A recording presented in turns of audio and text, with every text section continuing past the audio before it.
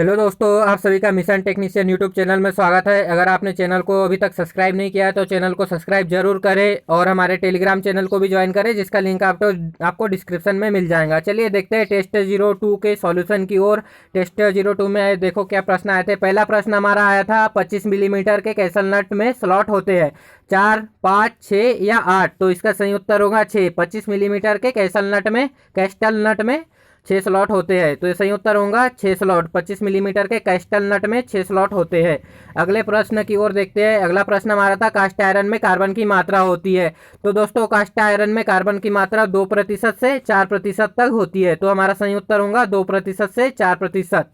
देखते हैं अगले प्रश्न की ओर। अगला प्रश्न हमारा था पिग आयरन का गलनांक होता है डिग्री सेल्सियस में। तो डिग्री सेल्सियस में पिग आयरन का गलनांक 1340 डिग्री सेल्सियस होता है, तो सही उत्तर होगा 1340 डिग्री सेल्सियस। पिग आयरन का गलनांक हमारा 1340 डिग्री सेल्सियस होता है, तो सही उत्तर होगा 1340 डिग्री सेल्सियस। चलिए देखते हैं अगले प्रश्न की ओर। अगला और चौथा प्रश्न आया था हमारा निकिल का गलनांक होता है। तो निकिल का गलनांक 1450 डिग्री सेल्सियस होता है दोस्तों, तो सही उत्तर होगा 1450 डिग्री सेल्सियस। निकिल का गलनांक 1450 डिग्री सेल्सियस होता है। चलिए देखते हैं अगले प्रश्न की ओर। अगला प्रश्न था हिंडोलियम में लगभग कापर की मात्रा होती है। तो हिंडोलियम में कापर की मात्रा कितनी होती है दोस्तों? 5% तक।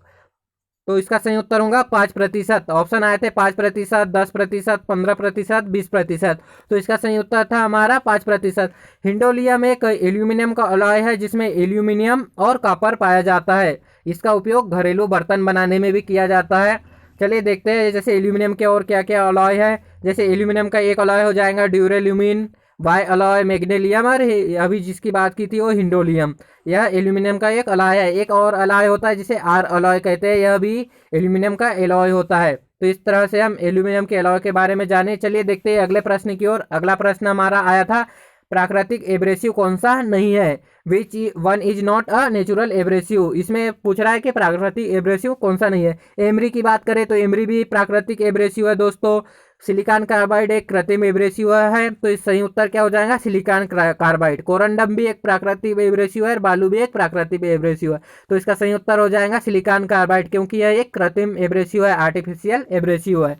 चलिए देखते हैं अगले प्रश्न की ओर। अगला प्रश्न था हमारा अब घर्षण का उपयोग किया जाता है। Abrasive are used in lathe machine, mortising machine, drilling machine, sander machine. तो सही उत्तर होगा दोस्तों सेंडर मशीन। सेंडर मशीन में एब्रेसिव का घर्षण का उपयोग किया जाता है, तो सही उत्तर होगा सेंडर मशीन। चलिए देखते हैं अगले प्रश्न की ओर। अगला प्रश्न था टेलीस्कोपिक गेज मापी औजार है, प्रत्यक्ष मापी है, अप्रत्यक्ष मापी है या तुलनात्मक मापी है, या उपरोक्त में से कोई नहीं।